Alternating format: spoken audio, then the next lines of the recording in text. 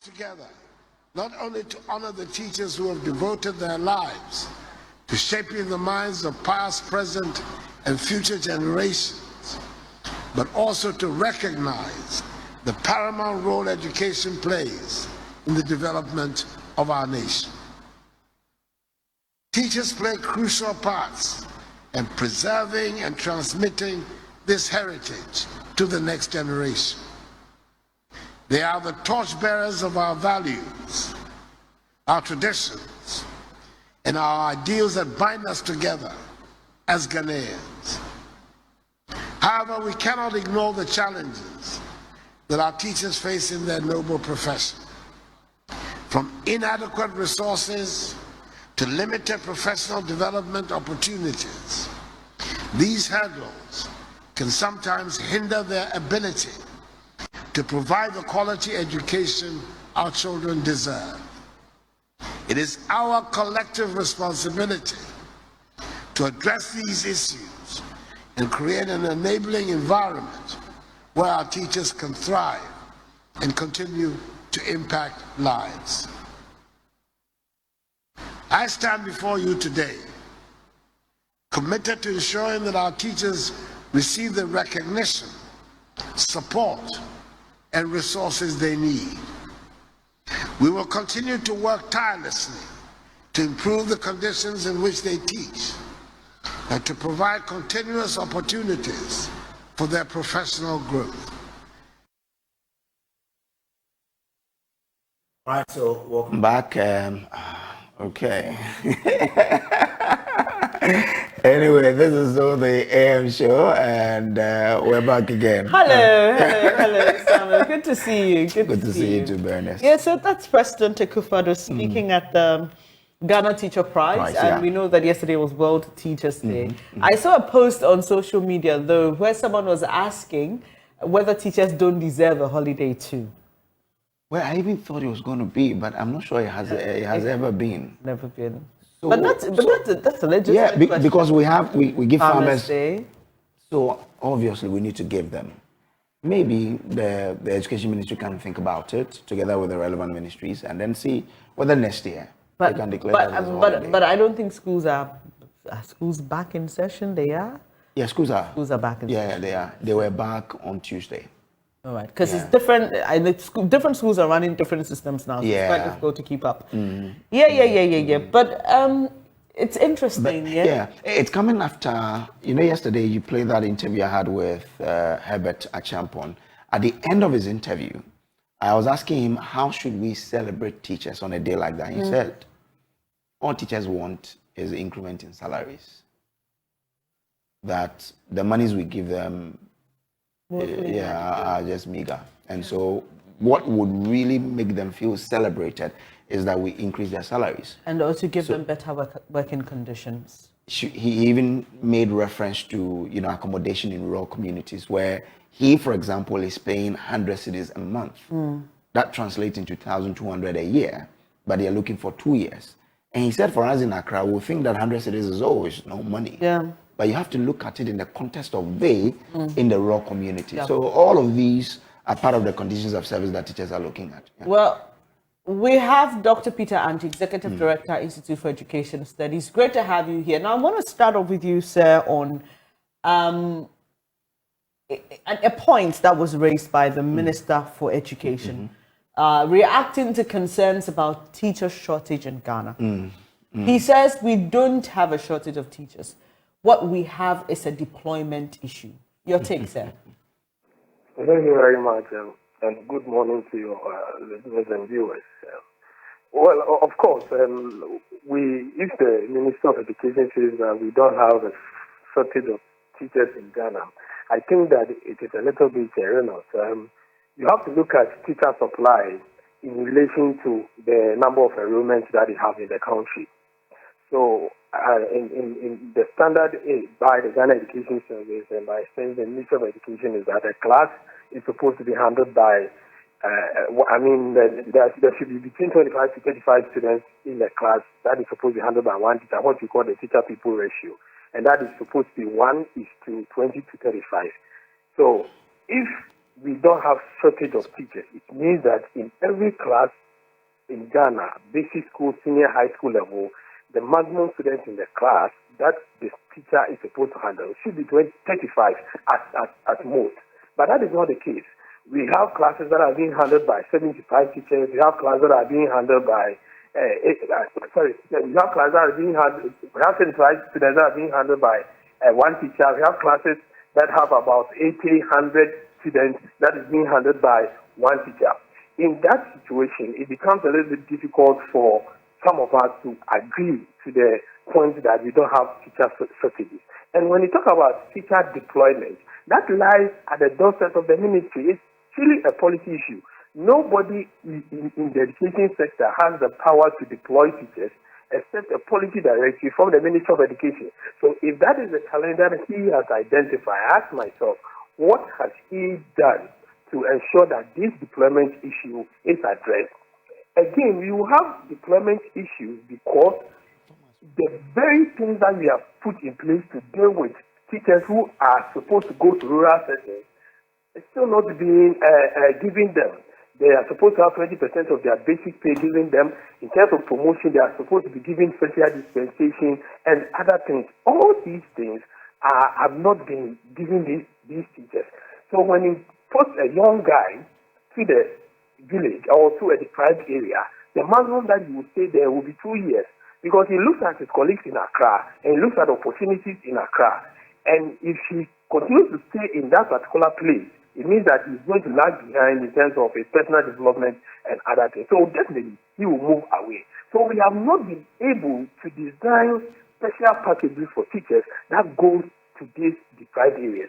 So yes, we will have deployment challenges because by the nature of our social development, there are places that people will not want to go. What you have to do is to provide certain amenities, certain things to make life comfortable for people who you are asking to go to this place. And these are all policy issues which lies at the doorstep of the Minister of Education. So I don't think that you should tell us what the problem is. I think that you should have used the opportunity to tell us how he is solving the problem of deployment when it comes to teachers that are not willing to go to these deprived areas. But for shortages, he also needed to look at the enrollment of people. And if he had done that, he would have seen that we have challenge with teacher-people ratio, in that most of our classes are overcrowded, and one teacher is having a lot of students, and that makes it difficult for the teacher to even pay attention to the individual development of the students in the class. And that is even more than having shortage of teachers. But this whole discussion about providing incentives for people who are set postings to rural communities has been on the table for some time now. What has been done so far to, ensure that at least we're getting to a point where people who are there are supported in a way? Nothing. I think, I don't know, yesterday, is it Musa? He's been talking. He's talking about the 20% that's supposed to go to these teachers that are accepting postings to rural settings. And it's not going. They are not being given that. I was even thinking that when it came to the distribution of the laptops, we could have decided that teachers in rural settings get some of these resources for free. No. So they are treated as their counterparts in Accra, in Kumasi, in all the urban centers. How do you expect these people to stay in there? And I know, Grace, you go into the hinterlands and you talk to these teachers and look at the conditions there. A young guy coming up from College of Education, around 25, 26 years, going to stay in these places or at these places. Do you think that this guy will stay there for long? There is no future for him.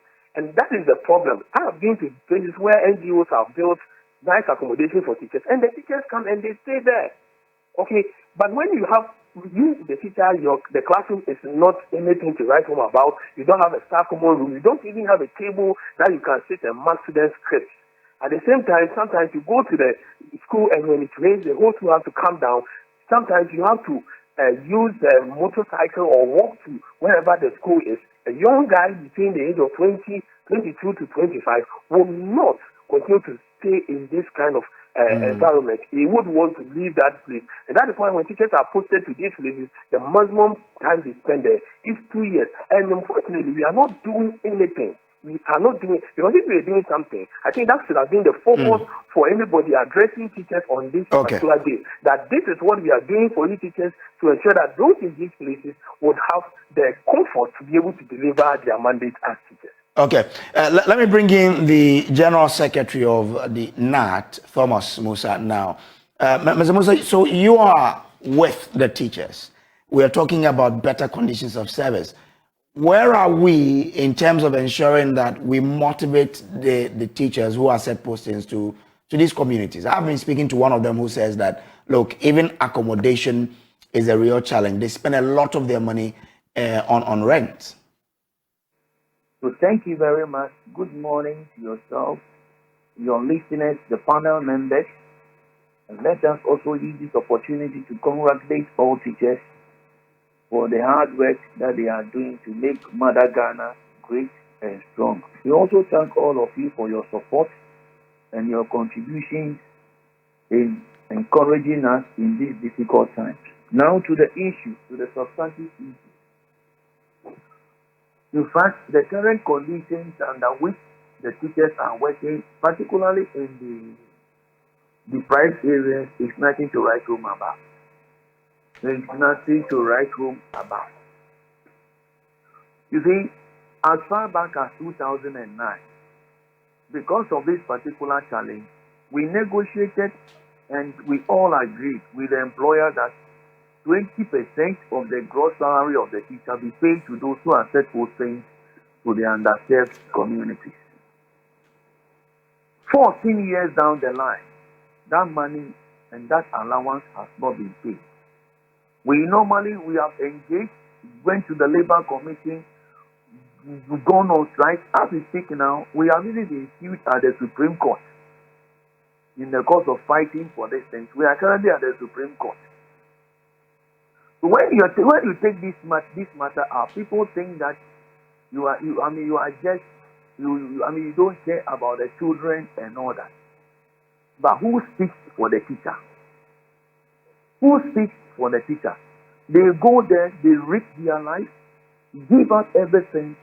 At the end of the day, by the time you come back as a young man, all your colleagues have gone ahead of you. You have nothing to write home about. Look, and we have said over and over again that a teacher on the current condition of service cannot retire into a two-bedroom house when you go on retirement. There is no way.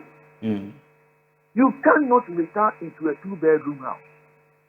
And if you cannot retire into a two-bedroom house, which is a basic necessity, then how do you take care of your health, take care of your clothing and other basic necessities of life? And so this exodus thing, we need to expect more. Anyone that, look, even in Ghana here, those working in the media space now said, I can tell you on authority that we have almost about 60%, almost all your reporters are teachers. Almost all your reporters are teachers.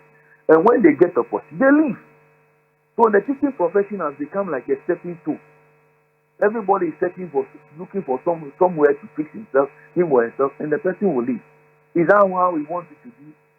I don't think so. So Mr. Musa, now the president says that his government is ready to make sure that it does all it can for teachers. What do you want to see? What must happen? Yes, you see, we want to thank the president for this particular statement. I will not banter the president, neither would I say that I don't believe the president. But having made this particular statement, in the year 2022, in Kumasi, the president told us that they will construct 10,000 houses within 2 years for teachers. We are currently, the 2 years to be ending in December. The 2 years to be ending in December. And so if the promises are made, and we see the manifestation and the fulfillment of them, teachers wouldn't have been worried and bothered so much.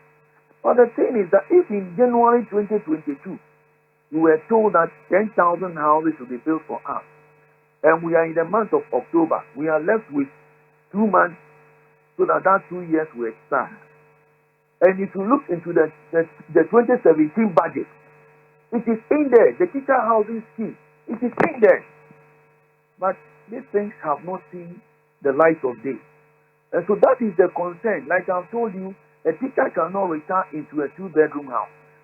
Aside that particular one, there are 2 more concerns. The working environment is nothing to write home about. The third one is the tools and the equipment. Look, how do you go and teach outside? Well, they are talking about artificial intelligence. We are here. When you are going to go to teach computer, you draw it on the board for the child to look at. Mouse, you will use a stone and all that. And you expect this child to go and compete with the outside world, that because we are global village. No. How do we get on? So when we are talking about the challenges confronting education, we need to understand that the era we are now, education is capital intensive. It's capital intensive. Let me give you this particular example. Look, Thomas Edison, when he was developing the electric bulb, in the year 1920s, a journalist asked him, you failed 999 times. He said, no, I didn't fail. If they were steps that I took. So the question is, assuming when he was working, he was just looking the thing on the board or working without tools. I don't think we would have gotten the light today.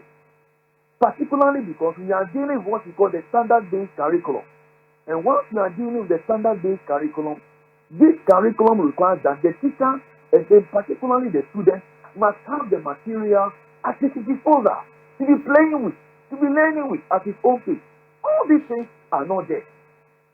And so, once the teacher comes, the teacher comes to the place with his competence, comes with morale, comes with motivation, comes with his attitude and performance. So why the environment is not good, the equipment to work with are not there. I don't want, time will not be permitted to talk about capitation grants and all other things because you are aware. All right. So once the environment is not good and all that, and there are challenges, it will affect the attitude of the teacher. Okay. And affect performance and competence. So at the end of the day, they will be living. And like I have said, they are rational beings. They are rational beings. And once they are rational beings, you need to think about it. Even God says that love your neighbor as thyself. Yeah, that's very, very true.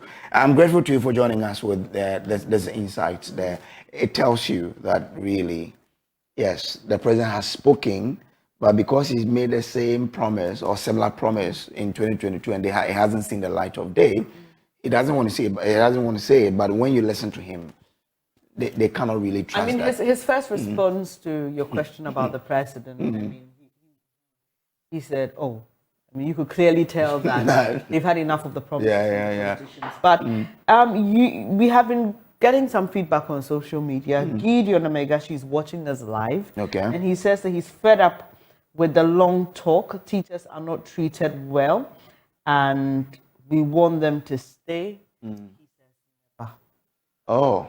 Never. So he would leave, huh? And you see, the young guy I spoke to, that we haven't played the full interview. At a point, he said to me that if he had gets the opportunity to leave, this is a guy who's really. I just pray we don't get. I pray we don't get to the point at which we are with the nurses, with the teachers, where we wait for huge numbers to start exiting this country because their services are needed elsewhere. And there are people willing to pay for teachers from this part of the world to come and teach in their country. And if you listen to Musa, he said on the current conditions of service, no teacher will be able to retire into a 2-bedroom house. That's a huge statement. So if the person feels that if I go outside, for example, if I go to UK or America, and I could build a 5-bedroom house in my hometown, why not? We would run for that. So we need to have that conversation about really how do we ensure that we retain this sort of skill set in the country. We cannot use, only words to get them to stay. We need to show working, Would love to have your thought on this one. So just go onto social media on Facebook and leave your comment there. We'll share that with you. We'll be picking your calls as well. But we're just going to have a short interaction on the Joy Prime Step Up with Mekrikwe. He's joining us for a short interaction. After that, we'll be picking your concerns on this particular subject. Stay with us.